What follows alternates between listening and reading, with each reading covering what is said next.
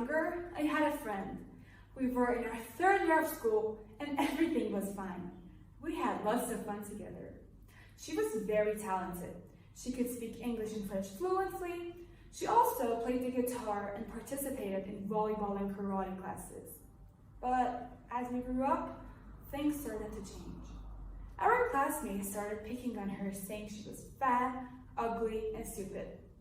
At first, these things didn't affect her, but then slowly they did. I mean, she's a human, and humans can't tolerate so much pressure on them to the end of their lives. She started to lose her self-esteem.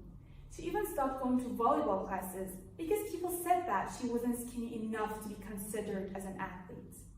She started getting anxious, and it affected her well-being. After all, she was forced to change her school. Labeling. We're all guilty of it. Whether we label ourselves or others, it's something we're all great at. So right now, I want all of you to think back to the past few days. How often do you label or categorize a friend, a colleague, a family member, or even yourself? Okay, I will be the first one to admit that I do this all too often. And there is a high chance that your answer is like mine, but you shouldn't blame yourself for it. Before anything, let's see the exact meaning of label. According to the Oxford Learner's Dictionary, label means to describe somebody or something in a particular way, especially unfairly. There was a research done by John Dearly in 1983. They asked college students to guess whether a girl named Hannah is poor or wealthy. They watched a video of Hannah playing in her neighborhood, and they also read a short fact sheet that described her background. Some of the students watched Hannah playing in a low-salary housing estate. Her parents were described as high school graduates with blue-collar jobs. The remaining students watched Hannah acting similarly, but this time she was filmed in a middle-class neighborhood, and her parents were described as college professionals. See, people like the label a lot. It helps them make sense of their work. It helps them categorize situations and behaviors. However, when we label others according to their characteristics and behaviors, we limit our curiosity about them. Labels end up bringing something absolute, and they have all or nothing meaning. When a lot of people label a person in a way, the rumor keeps growing. It's hard to run away from something that is already decided. When people hear what they're labeled as, they start to act and feel like the label, and they think that they're under an obligation to prove that the label imposed on them is correct. The whole society expects them to behave like that, otherwise they will get mad or angry. But normally, when we label others, they can't fit into their new role as somebody else, and they start pretending. And in the moments that they are not pretending, the reality asserts itself. Life dynamics are changing. This change is constant and is happening every moment. But labeling often sets up an expectation of life that is so convincing that we can no longer consider things as they truly are. And then we are in a relationship with our expectations and not life itself. And also, if you believe that people and personalities cannot change, you will have a more stressful life. Actually, labeling makes us feel safe, but then it slowly destroys us. So, I wonder if you read the book You Are Special by Max Lucado. At first, it might sound so stupid and childish, but you should read between the lines to understand its purpose. It's about some Wemmicks who live in a village together.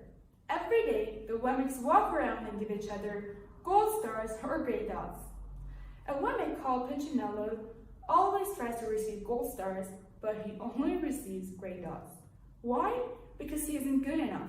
In that village, the standards for being good are being pretty, having smooth wood, having fine paint.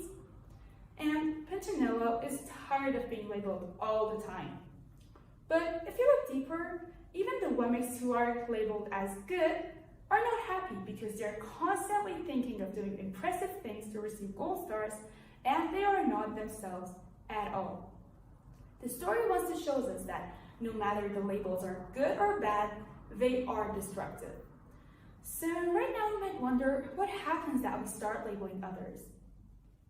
Osho, an Indian public speaker, explains, "When we are born, we are without identity, and we seek for one through our parents, family, and friends. For example, someone may say that you're lazy. You might not like it, but at least it's something. It gives you an identity, a feeling of being someone. Superficially, you may not like the label, but deep down you feel better because now you know who you are. So as a child, we adopt these positive and negative labels, and we start to believe, behave, and act like them. So the cycle remains, and when we grow up, we start to do the same. But it's time to break the cycle. Ask yourself why you label others. Is it because your own self-esteem isn't where you would prefer it to be? Labeling can make us feel superior, but it's not a decent habit to grow. Right now, if you're wondering how you can stop yourself from labeling others, here are some easy but useful tips.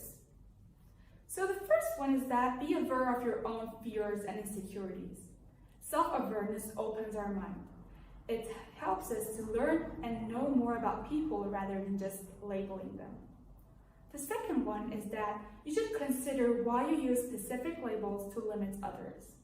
The third one is that ask more questions, talk to people. It keeps us in learning mode. It gives us the knowledge to replace labels. The fourth one is that you should try to describe behaviors with greater clarity rather than just labeling them. And always remember that people are deeper than labels. And the most important one is that when you do not like the behavior you see, state the change you want to see. For example, if a teammate is delaying work and they're just not doing their job, instead of just labeling them as lazy, go and talk with them and ask them why. After all, remember, you can make mistakes and do good things in life, but that doesn't make you a mistake or a success because of that.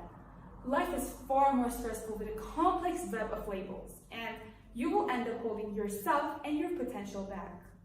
Labeling makes us limited and avoid us from growing, but when we start to toss the labels, we can finally invest in our full potential. Thank you.